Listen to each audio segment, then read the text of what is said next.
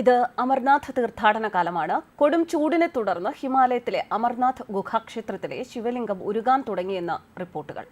June 29-നാണ് Amarnath യാത്ര തുടങ്ങിയത്. മേഖലയിൽ കടുത്ത ഉഷ്ണതരംഗമാണ്. ഈ ഉഷ്ണതരംഗമാണ് ശിവലിംഗം ഉരുകുന്നതിന് കാരണമായിരിക്കുന്നത് എന്ന് കാലാവസ്ഥാ വിദഗ്ധർ പറയുന്നു.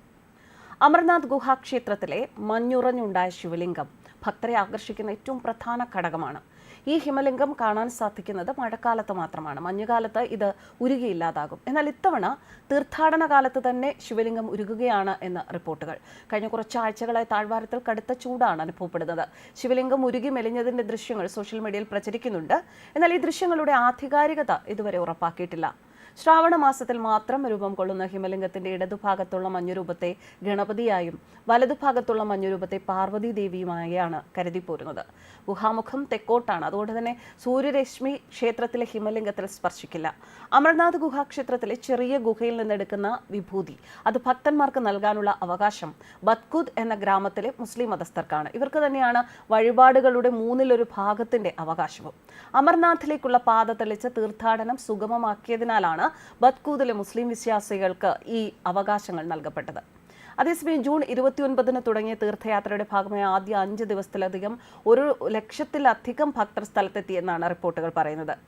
കണക്കുകൾ 1.5 ലക്ഷത്തോളം പേർ എത്തി എന്നും പറയുന്നു. കഴിഞ്ഞ വർഷം സന്ദർശകരുടെ എണ്ണം 1,00,000 തീർത്ഥാടനത്തിന്റെ 10-ാം ദിവസമായിരുന്നു. 52 ദിവസം നീണ്ടു നിൽക്കുന്നതാണ് അമർനാഥ് തീർത്ഥാടനം. ഓഗസ്റ്റ് 19-ന് തീർത്ഥാടനം സമാപിക്കും. ജമ്മു കാശ്മീർ പോലീസിന്റെയും CRPF-ന്റെയും ഇൻഡോ ടിബറ്റൻ ബോർഡർ പോലീസിന്റേതും ഉൾപ്പെടെ വിവിധ അർദ്ധ സൈനിക വിഭാഗങ്ങളുടെ കനത്ത സുരക്ഷയിലാണ് അമർനാഥ് തീർത്ഥാടനം നടക്കുക. 2 വഴികളിലൂടെയാണ് ഇത്തവണയും തീർത്ഥയാത്ര. 48 കിലോമീറ്റർ ദൂരമുള്ള പരമ്പരാഗത നുൻവാൻ പഹൽഗാം വഴിയും 14 കിലോമീറ്റർ ദൂരമുള്ള ബാൽത്തൽ വഴിയുമാണ് തുറന്നിട്ടുള്ളത്. 14 കിലോമീറ്റർ ദൈർഘ്യമുള്ള ബാൽത്തൽ പാത വളരെ ദുർഘടം പിടിച്ചതാണ്. കുത്തനെയുള്ള കയറ്റങ്ങളാണ് ഇവിടുത്തെ പ്രത്യേകത. അമർനാഥ് റൂട്ടിൽ ചിലയിടങ്ങളിൽ കനത്ത മഴ പെയ്യുന്നുണ്ട്. കാരണങ്ങളാൽ ചിലയിടങ്ങളിൽ യാത്ര തടസ്സപ്പെട്ടിരിക്കുകയാണ്. 2 റൂട്ടിലും യാത്ര തടസ്സപ്പെട്ടിരിക്കുന്നു. കഴിഞ്ഞ വർഷം 4.5 ലക്ഷം പേരാണ് അമർനാഥിലെത്തിയത്. ഇത്തവണ ഇതിൽ കൂടുതൽ ആളുകൾ എത്താൻ ഇടയുണ്ട് എന്നാണ് കണക്കുകൾ സൂചിപ്പിക്കുന്നത്. ശ്രീനഗറിൽ നിന്ന് 136 കിലോമീറ്റർ വടക്ക് കിഴക്ക് ഭാഗത്തായി സമുദ്രനിരപ്പിൽ നിന്ന് 13,000 അടി ഉയരത്തിലാണ് അമർനാഥ് ഗുഹാക്ഷേത്രം സ്ഥിതി ചെയ്യുന്നത്. 400 വർഷം മുൻപാണ് ഈ ഗുഹയും ശിവലിംഗവും കണ്ടെത്തിയത്. ശിവന്റെ 12 ജ്യോതിർലിംഗങ്ങളിൽ ഒന്ന് ഇവിടെയാണ് എന്ന് വിശ്വസിക്കപ്പെടുന്നു.